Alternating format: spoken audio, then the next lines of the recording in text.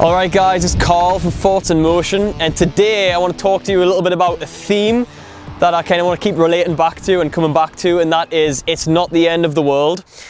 You know, when there's times and there's days where things are going really badly, say you have a job interview, you don't get the job, someone might pass away, and it's like all these things around you just keep falling and happening, and it honestly, well and truly feels like it's the end of the world, or it feels like at least it's the end of your world and your life and things like that. And you kind of put a downer on everything kind of from that, so like that whole kind of thing ruins your entire day.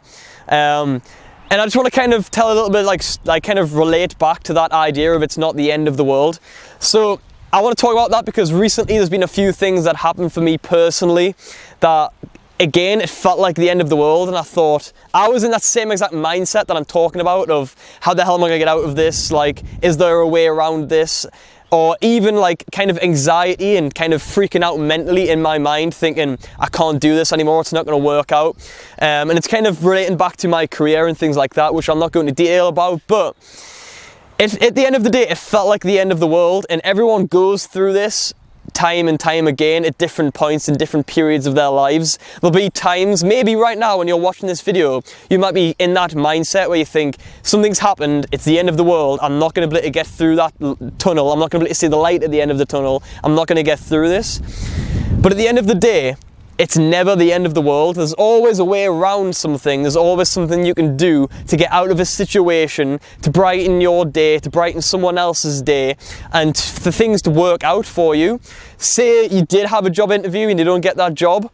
It's not the end of the world. You can get another job interview. You can apply for another job. There's always an option. There's always other ways around it. It's really, really not the end of the world. Even if that job is your dream job and something that you've always wanted to do, it's not the end of the world that you didn't get it.